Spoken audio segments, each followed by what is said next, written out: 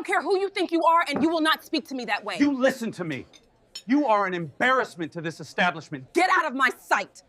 Aaliyah had spent years hiding the truth about her parents, their fluorescent vests, the smell of diesel on their jackets, the way their hands were always calloused from lifting trash bins before sunrise. To her, their work was a stain she had to scrub from her identity. At the upscale restaurant where she waited tables, she pretended they were distant relatives, nobody she barely knew. She chased elegance, wealth, and approval from people who never looked at her twice. But all it took was one humiliating dinner shift, one moment of mockery from customers, for her carefully built facade to crack. And when two unexpected guests walked in, the world she knew tilted entirely off its axis. Because the garbage workers she was ashamed of were about to show her a truth more valuable than gold. What she discovered that night would change everything she believed about worth, love, and identity. Aaliyah always said the mornings at Crestview Lounge felt like stepping into someone else's life. Maybe that was why she arrived earlier than everyone else, slipping through the staff door while the sky was still pale and half asleep. The moment she pushed into the dining room, the crystal chandeliers flickered to life above her, scattering soft light across the velvet booths and mahogany floors. It was quiet, too quiet, just the hum of refrigeration units and her own footsteps. But that silence carried a promise she desperately clung to. Here, she wasn't the daughter of garbage workers. Here, she could pretend the world she came from didn't exist. She set her apron on the counter, smoothing out invisible wrinkles. Her reflection in the chrome espresso machine stared back at her. Hair pulled into a tight bun, makeup understated but precise, posture lifted the way she'd practiced in her bedroom mirror. She whispered to herself, "Blend in. Just blend in today." Her voice was steady, but something in her eyes flickered, as if she already knew that no amount of polishing could hide what she truly feared people might see. By the time the first customers arrived, Crestview had shifted into its usual symphony. Clinking glassware, low jazz, murmured deals over breakfast plates that cost more than her electric bill. Aaliyah moved between tables with a grace she'd rehearsed for years. She nodded, smiled, poured, retreated. These people noticed her only when they needed something, and oddly she preferred it that way. Being invisible meant being safe. At a corner table, two women in tailored coats discussed a trip to Monaco as if it were an errand run. One bragged about her son completing an internship at his father's investment firm. Another man boasted about a beach house he was renovating for fun. Aaliyah listened as she worked, absorbing their conversations like sunlight she could never fully step into. She laughed at their jokes when appropriate, though nothing they said truly amused her. Each story tugged at a part of her, a longing, a quiet ache. She imagined slipping into their lives, speaking their language, breathing the same rarefied air where futures felt guaranteed and people never worried about late fees. Her phone buzzed in her apron pocket. She swiped it quickly, heart sinking when she saw the message. A photo from her dad. Marcus stood beside a sanitation truck, grinning with a lunchbox held up proudly. "We packed your favorite today. Swing by before your shift if you want it hot." Her coworkers would see. They might laugh. She shoved the phone away, guilt stabbing her even as she muttered, "Not today, Dad." Morning blended into noon, and the restaurant filled with sharper perfumes, louder conversations, and bolder requests. As Aaliyah carried a tray toward table 9, the front windows caught a flash of neon orange. She stiffened. Outside, a sanitation truck rolled past, its rumble vibrating through the glass, its fluorescent vests blazing like warnings from a life she wished she could outrun. A group of businessmen laughed, one pointing toward the truck. "Imagine having to do that job," he said. "I'd rather die." The others agreed with smug chuckles. Aaliyah kept walking, tray trembling just slightly. She felt heat rise in her cheeks. For a moment, she imagined standing up straight and saying something, anything, defending people like her parents who did the work these men depended on. But fear tightened around her throat. Instead, she lowered her eyes and moved on. Her shift ended late that afternoon, but home felt closer to a battlefield than a refuge. The moment she opened the door, the smell of fried catfish hit her, her mother's comfort dinner. Marcus greeted her from the table with that familiar booming warmth. "Baby girl, you're just in time." Delilah set out a plate, smiling with soft eyes that always made Aaliyah feel seen in a way she didn't want to be. "I'm not hungry," Aaliyah snapped before she even thought about it. "I ate at work." "But I made your favorite," her mother started. "I said I'm not hungry." Her voice came out sharp enough to draw silence across the room. Marcus exchanged a glance with Delilah, a tiny crease forming on his forehead. "Rough day?" he asked gently. Aaliyah dropped her keys on the counter harder than necessary. "Just tired." She didn't mention the businessmen. She didn't mention the truck. She didn't mention how, in that moment, she wished more than anything that her parents were different. Later that night, while brushing her teeth, she heard their voices floating down the hallway. Not arguing, her parents rarely did that, but speaking in hushed tones, tinged with worry. "I don't know what's happening to her," Delilah murmured. "She won't look at us the way she used to." Marcus sighed, long and weighed down. "Maybe she's just growing up. Kids forget where they come from sometimes." "We've given her everything," Delilah whispered. "Why does she seem embarrassed of us?" Aaliyah froze, toothbrush halfway to her lips. A tiny crack opened inside her chest. Guilt, raw and cold. She listened without meaning to, feeling every word like a thread pulled tight around her ribs. She wanted to walk in, to hug them, to say she wasn't ashamed. But the lie would catch in her throat. And the truth? She wasn't ready to face it. She rinsed the sink quietly and slipped into her room, closing the door with a soft click. In the darkness, the truth pressed against her like a weight she couldn't lift. She told herself that tomorrow would be better, that she'd control the narrative, that she'd keep her worlds separate. But deep down, she knew those worlds were inching closer, like two waves destined to collide. And the very next morning, when a new coworker walked through Crestview's doors with curious eyes and a habit of asking too many questions, the first crack in her carefully constructed image finally began to show. Jordan arrived on a Monday morning, and by the time the lunch crowd filled the restaurant, he had already noticed what most people missed. The way Aaliyah stiffened when anyone asked about her weekend, the quick, practiced smile she used to shut down harmless questions, the silence she wrapped around her family like a locked door. It was subtle, but Jordan had a sharp eye for things people tried to hide, and Aaliyah felt that gaze on her from the moment he said, "I'm Jordan. First day. You seem like you know your way around here." She answered with a nod, nothing more. But inside, a small alarm rang. She didn't have the energy for someone observant. The day moved in a steady rush of orders, silverware clinks, and the hum of Crestview's carefully curated world. Aaliyah glided between tables, maintaining the illusion she'd worked so hard to perfect. She folded napkins with precision, kept her voice low and polite, and made sure her smile never faltered too long. But every time she returned to the service station, Jordan was there, friendly, curious, and completely unaware of the tension tightening her shoulders. "So, who do you live with?" he asked casually while grabbing glasses from the shelf. "Just family," she said without looking up. "What do they do?" he continued. She nearly dropped the stack of menus in her hands. "They work," she answered quickly, already moving away. Jordan blinked, thrown off by the abruptness. "Okay. Cool." She felt his confusion follow her across the dining room, but she didn't know him more, she told herself. The less people knew, the safer her carefully crafted mask remained. But masks slip at the worst possible moments. Later that afternoon, sunlight spilled across the polished floors as wealthy regulars settled into their usual seats.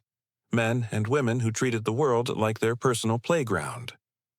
Aaliyah delivered wine to a table near the window just as a loud rumble outside made everyone look up. A sanitation truck pulled to the curb, workers tossing bags into the back with practiced motions. One of the regulars scoffed and said, "Can't believe people choose to do that. Must be the bottom of the barrel." Another laughed. "Imagine smelling like garbage every day." Poor souls. Their friends snickered, shaking their heads as if the workers were a different species. Aaliyah froze mid-pour. For a moment, the glass trembled in her hand. The voices blurred, merging with memories of her parents coming home at dawn, exhausted but cheerful, smelling of diesel and citrus cleaner.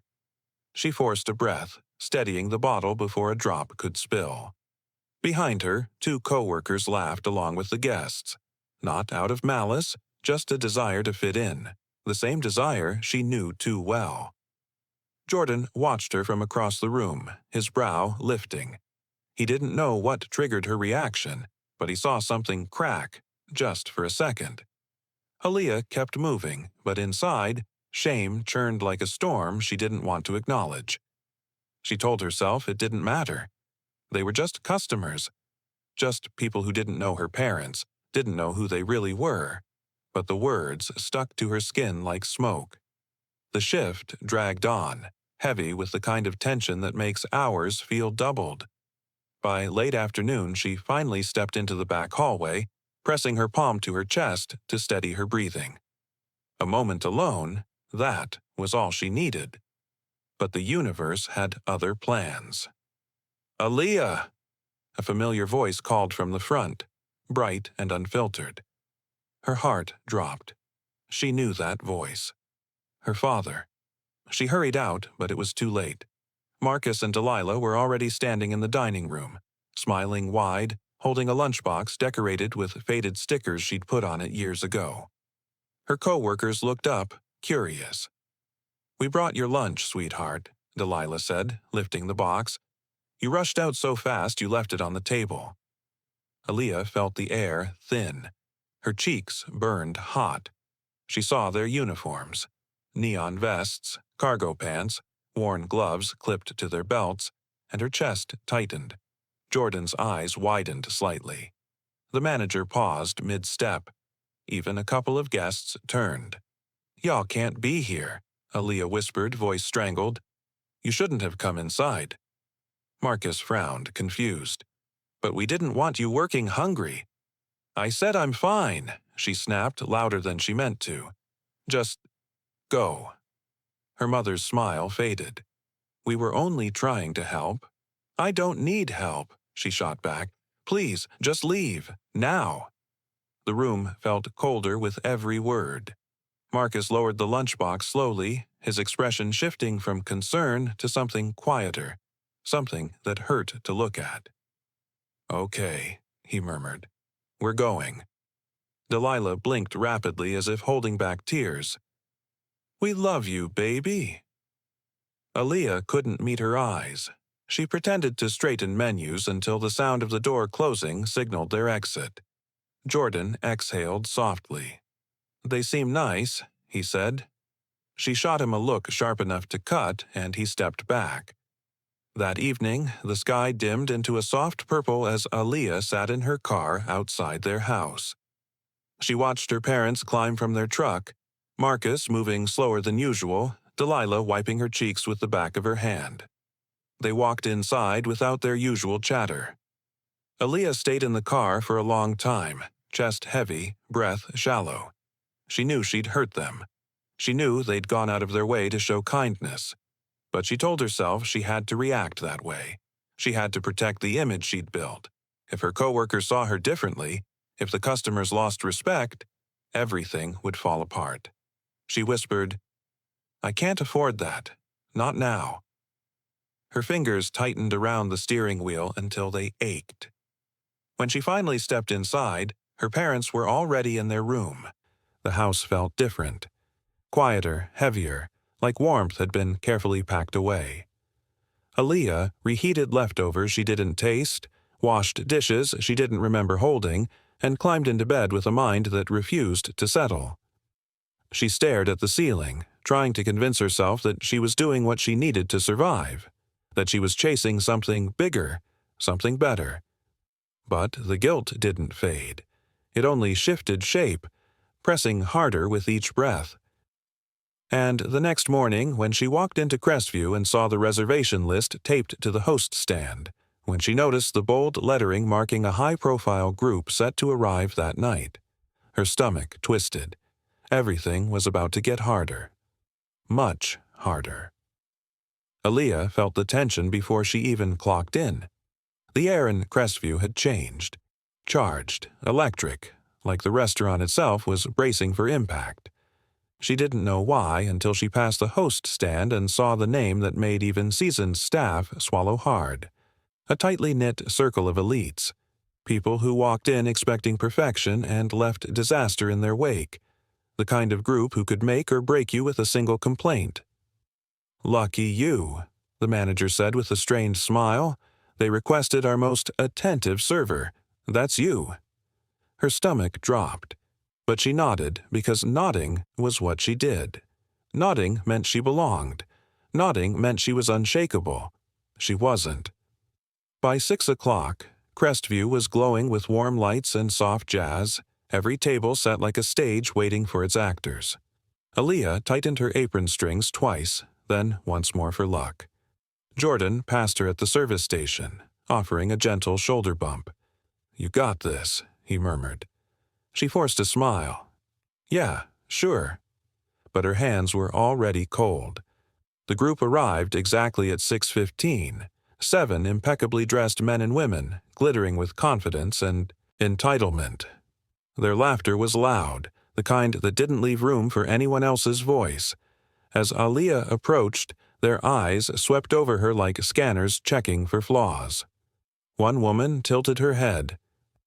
"Oh, I thought they said she was polished." A man smirked. Maybe they meant polished enough. Aaliyah ignored the sting, lowering her gaze slightly the way she'd practiced. "Good evening. Welcome to Crestview. May I get you started with drinks?" "Your accent is interesting," one man said. "Where are you from?" "Here," she replied softly. He leaned back. "Could have fooled me." Their laughter cut through her like glass edges. Still, she kept her voice steady as she wrote down their orders. But she could feel it, the old shame rising from the place she'd hidden it. As she walked away, Jordan caught her eye. His brows lifted in a silent question. "You okay?" She pretended she didn't see him. When she returned with the drinks, the woman in the silver dress pointed at Aaliyah's shoes. "Those aren't standard, are they? They look off." "They're regulation," Aaliyah said, setting down the tray. The woman hummed. "If you say so." Behind her, another guest whispered, "Posture says everything. She slouches." Aaliyah straightened instantly, cheeks burning. They hadn't even had appetizers yet. As the evening dragged on, the group's comments grew sharper, their amusement at her expense more blatant. They questioned her pronunciation, mocked the pen she used to take notes, and snickered when she misheard a drink request over their loud chatter. Still, she pushed through. Because she had to. Because she needed to be better than their expectations. But the breaking point came quietly, even casually. The sanitation truck outside rolled into view, its rumble vibrating faintly through the windows. A man at the table glanced out and grinned. "Look at that, the bottom of the food chain rolling by." Another laughed. "Honestly, garbage workers should be grateful anyone acknowledges them at all." A third chimed in with a grin. "Society's bottom feeders. Bless them." Aaliyah's world stilled. She felt her pulse in her throat. Her fingers tightened around the water pitcher, and for a moment she couldn't breathe. The air felt thicker, heavier, like it was pressing her into the carpet. Her parents' faces flashed through her mind, her mother's warm smile, her father's calloused hands. Her voice cracked when she said, "Would you like lemon in your water?" No one noticed, except Jordan. He appeared beside her under the guise of checking silverware. "Breathe," he whispered. "Just breathe." She nodded, barely, but the group wasn't done. They ordered dishes, then sent them back, demanded new drinks, then said they tasted wrong, interrupted her explanations with jokes about service workers being slow. One man snapped his fingers at her, and when she didn't respond instantly, he muttered, "Maybe she's not trained properly." The humiliation seeped deeper with every comment. By the time she carried out the entrees, Aaliyah's nerves were stretched thin as thread. She approached the table carefully, tray balanced, shoulders back. And then it happened. A sudden burst of laughter from the group startled her. Her fingers twitched. The tray tipped. A single plate slid, clattering loudly against the edge before she caught it. But the sound alone was enough.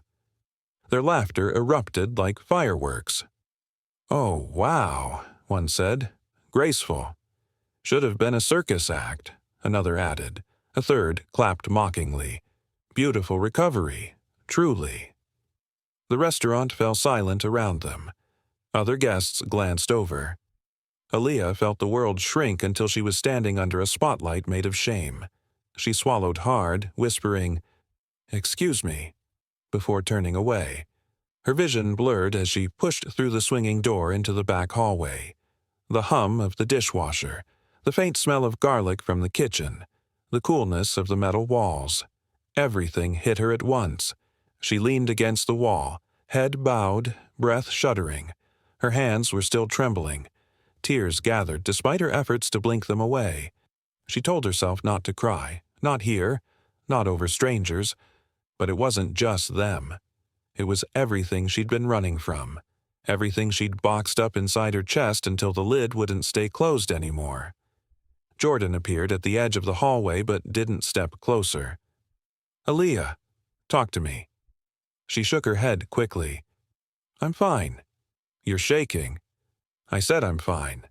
He hesitated, then nodded. "Okay, but you don't have to do this alone." She squeezed her eyes shut, steadying her breath. The music outside started up again, muffled through the door. The noise of the dining room returned.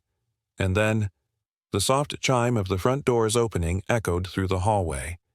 Aaliyah lifted her head just slightly, brows knitting. There was something different in the tone of the staff voices. Surprise, confusion, maybe recognition. She wiped her cheeks with her sleeve, forcing her breathing into something that sounded normal. And when she stepped out from the hallway to see who had arrived, her heart nearly stopped. Two unexpected figures stood just inside the entrance. Everything inside her shifted, and the night was only getting started. Aaliyah didn't breathe at first. She couldn't. The moment she stepped back into the dining room, everything inside her stalled like a heartbeat skipping a crucial beat. Because standing in the entryway, bathed in the warm glow of Crestviews chandeliers, were Marcus and Delilah. But not the Marcus and Delilah she knew. Not the early morning uniforms, not the neon vests or the smudged gloves or the soft exhaustion etched into their faces after long, physical shifts. Tonight, her parents looked like they belonged to a world she had only ever observed from the outside. Marcus wore a charcoal suit that fit him so well it softened his broad frame into something almost commanding.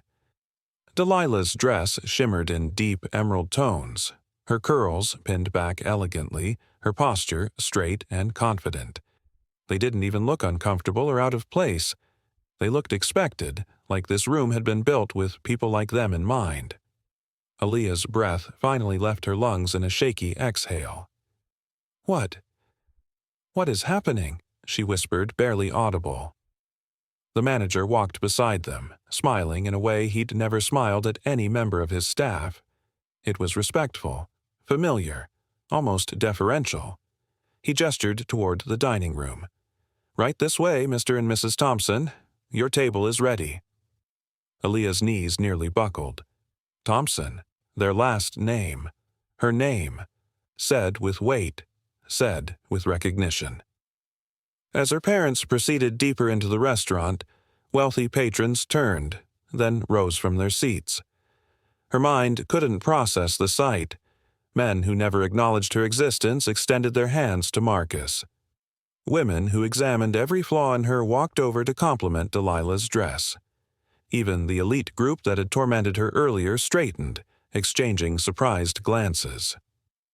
Jordan appeared at her side like a shadow, voice low with disbelief. "That's your family?" She couldn't answer. Her mouth had gone dry. Jordan followed her gaze, expression tightening into something almost stunned. "Aaliyah, I know them. Everyone knows them." She blinked, confused. He leaned closer, lowering his voice. "Your parents own Thompson Waste Solutions, the biggest waste management corporation in the region. They do contracts with half the city." Her heart lurched. "No, they work the trucks." Jordan nodded slowly. "Yeah, by choice. They're hands-on. People say they started on the ground and never forgot where they came from." He glanced back at Marcus, who was laughing politely with a businessman. "They're billionaires, Aaliyah." The word hit her like ice water. She stared blankly, hands trembling against her apron. Billionaires. Her parents. Billionaires. For a moment, the dining room spun. The clinking glasses, the murmured conversations, the soft jazz, it all blurred under the weight of revelation slamming into her like a tidal wave. Suddenly, all those mornings they left before sunrise, all those evenings they came home tired, all those times they brushed off questions about finances, they looked different, sharper, full of meaning she'd never bothered to see. Her parents had never struggled. They just never flaunted their success, and she had been ashamed of them. Jordan touched her arm gently. "You didn't know." She shook her head, eyes locked on her mother's smile, glowy, poised, self-assured. "They never told me." Before she could process anything else, a familiar burst of laughter erupted from the elite table she'd been serving. "There goes another one," a man muttered, nodding toward a different sanitation truck passing outside. "Honestly, they're lucky to have jobs at all." Aaliyah felt her stomach twist violently, but this time she wasn't the only one who heard. Marcus, only a few steps away, paused mid-conversation. His gaze sharpened. Cool, steady, thoughtful. He excused himself with a quiet, "Pardon me a moment," then walked toward the table with the slow, deliberate calm of a man who didn't need to raise his voice to command attention. Aaliyah's pulse hammered as she watched her father she had underestimated her entire life, stop beside the group. "Everything all right here?" Marcus asked. The man closest to him smirked. "Just talking about the city's sanitation staff. Rough profession, you know. Someone's got to be at the bottom." Marcus nodded slowly. "Someone does." The group exchanged amused looks, assuming he agreed. He didn't. Marcus placed one hand on the back of an empty chair, leaning slightly, but not aggressively, just enough to make the group notice his presence fully. "Tell me," he said gently, "do you know who keeps your properties from violating health codes?" The table went quiet. "Do you know who ensures your businesses stay compliant so you can continue entertaining guests without interruption?" A woman frowned. "I suppose the sanitation department does." Marcus smiled, small but sharp. "More specifically, Thompson Waste Solutions, my company." The silence deepened. "My workers," he continued, "some of whom you just referred to as bottom feeders. They're the ones who handle your mess, literally and figuratively." A man opened his mouth, then closed it. Marcus didn't speak with anger. He spoke with truth, with grounded dignity, with the kind of calm authority that came from knowing exactly who he was and not needing approval from anyone. Aaliyah felt something crack inside her, something that had been holding tension for years. Delilah stepped forward beside him, resting a gentle hand on his arm. She smiled at the group in that warm, motherly way that made people soften whether they wanted to or not. "We believe no honest job is beneath anyone," she said softly. "Not for us. Not for our daughter. Not for the city we serve. Aaliyah's throat tightened painfully. Their daughter. The elites couldn't even meet her parents' eyes now. Their earlier arrogance had dissolved, replaced by discomfort, embarrassment, maybe even shame. Marcus nodded once, then turned away with his wife, both of them gliding across the room with a quiet power that lit the space around them. Aaliyah watched them, stunned. Her father's shoulders were broad, proud. Her mother's chin was lifted. They looked like royalty, not because of money, but because of character, strength, authenticity. She felt small, smaller than she had ever felt. But she also felt something else. A shifting, a stirring, a pull toward truth she had ignored for far too long. As her parents reached their table, they sat gracefully, unaware of the war taking place inside their daughter's chest. Jordan stepped closer, his voice barely above a whisper. "You come from good people." The words undid her. Aaliyah swallowed hard, tears burning behind her eyes. She wasn't ready to face them. Not yet. Not like this. She backed into the hallway again, breath unsteady, fingertips cold. Her world had cracked open. Everything she believed about herself, about them, about worth and identity. It all lay scattered like shattered glass. And as she pressed her hands against the wall to steady herself, she didn't know whether she wanted to run toward her parents, or run from the truth entirely. Because the collision she'd been avoiding her whole life had finally happened, and nothing would ever be the same. Aaliyah didn't make it farther than the alley behind Crestview. The moment the cool night air hit her skin, everything she'd been holding in, the shame, the fear, the confusion, splintered all at once. She braced her hands against her knees, dragging in unsteady breaths, trying to keep from falling apart. But the street lights above her flickered softly, and the silence pressed in too tightly. There was no more space inside her chest to hold anything back. Footsteps approached, slow and careful. She didn't have to turn around to know who it was. "Aaliyah?" Her father's voice called gently. The sound of it, steady, warm, unchanged, broke what little control she had left. A sob escaped her, raw and sudden, and she covered her mouth with shaking fingers. Marcus stepped forward, concern etched in his eyes. Delilah hurried to her side before he could even speak again, her hands finding Aaliyah's arms with instinctive tenderness. "Baby, what's wrong?" Delilah whispered. Aaliyah lifted her head, eyes red, breath uneven. The words flew out before she could stop them. "I'm sorry.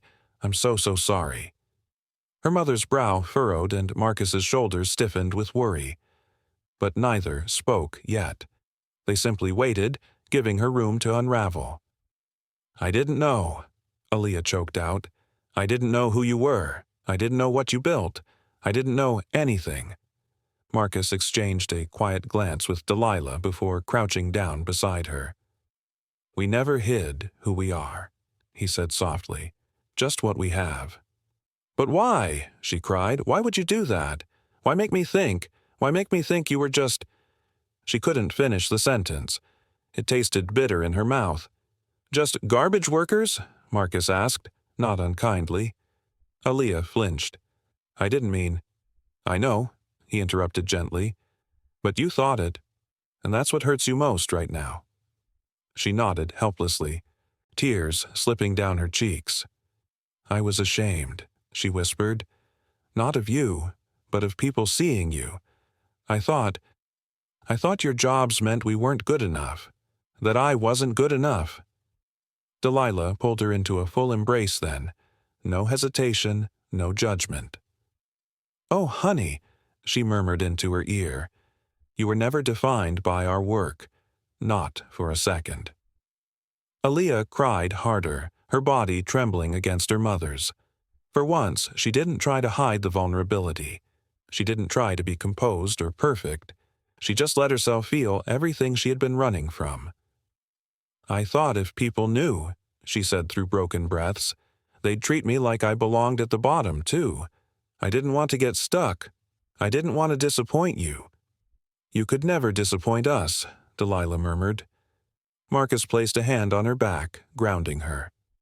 "We didn't tell you about the company because we wanted you to grow your own identity. We didn't want money to warp your path or pressure you. We worked the trucks because it kept us humble. It kept us connected." "But I pushed you away," Aaliyah said, covering her face. "I treated you like you weren't enough. I made you feel small." Marcus shook his head. "We've been through much worse than a few bad days with our daughter." "That's not fair," she whispered. "I hurt you." "Yes," he replied honestly. "But hurting someone doesn't mean you don't love them. It means you're human." Delilah squeezed her shoulders. "And we love you more than anything, even on the days you couldn't look at us." Aaliyah broke again, folding into her parents with all the weight she'd been carrying. Their arms wrapped around her, steady and sure, like they had been waiting for her to finally come home. "I'm sorry," she said between shaky breaths. "I'm sorry for hiding you, for pretending, for everything." "We forgive you," Delilah whispered without hesitation. "We always have," Marcus added. The streetlight above them glowed softly, flickering over the three of them like some quiet blessing. For a moment, the world didn't feel divided anymore. There wasn't an above or below. No hierarchy or shame, just a family, bruised but intact, finding each other again in the stillness of the night. Aaliyah pulled back slightly, wiping her eyes with the heel of her hand. "I don't want to be that person anymore," she said. "I don't want to run from where I come from. I want to be proud." Marcus smiled, a slow, gentle curve of his lips. "Then, start tonight."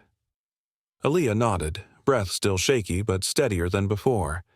She felt the shift, slow, painful, but real. Something broken inside her had begun to knit itself back together.